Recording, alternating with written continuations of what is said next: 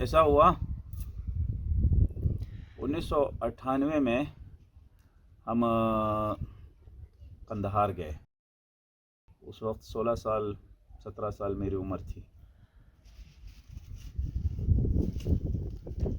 رمضان ہم نے وہیں پر گزارا. عید کی نماز بھی پڑھی. عید کی نماز کا واقعہ وہ الگ شان کا واقعہ تھا. اس طرح کی عید کی نماز ہم نے کبھی بھی نہیں پڑھی تھی اور اس کے بعد کبھی نہیں پڑھی. شاید واللہ عالم ایسی عید کی نماز ہمیں دوبارہ نصیب ہوگی. اللہ تعالیٰ خیر و عافیت کا معاملہ فرمائے. ارغنداب نام کی جگہ ہے قندھار میں. 6 لاکھ کا مجمع تھا. 6 لاکھ. ایسی عید کی نماز کسی نے پڑھی ہوگی؟ اللہ تعالیٰ نے ہمیں یہ عید کی نماز نصیب کی. ملا محمد عمر صاحب رحمہ اللہ نے امامت فرمائی.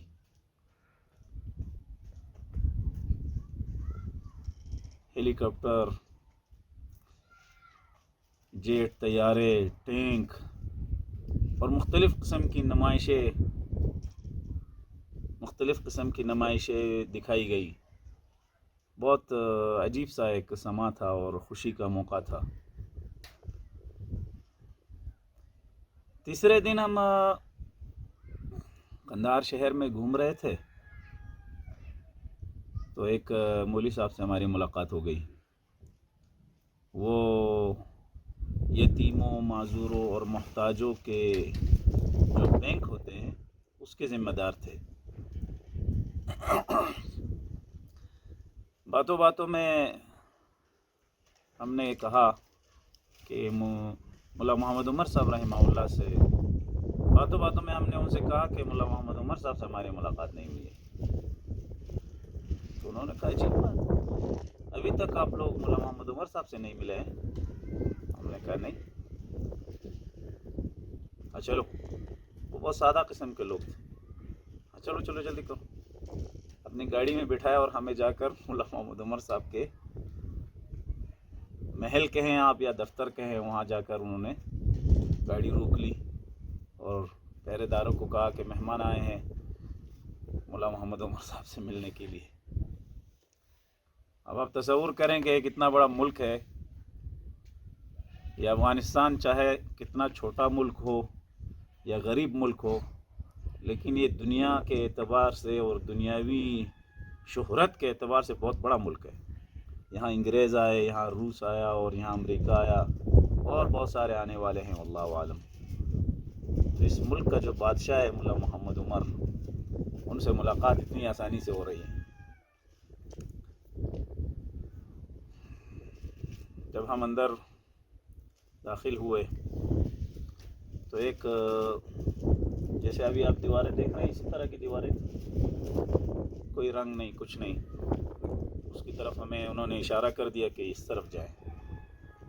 میرے خیال میں وہ چوکیدار کا کمرہ تھا. اس کمرے میں جب داخل ہوئے تو دروازے کے اس طرف بہت سارے لوگ بیٹھے ہوئے تھے نیچے فرش پر، اور دروازے کے اس طرف ایک چارپائی تھی، اس پر ملا محمد عمر صاحب بیٹھے ہوئے تھے.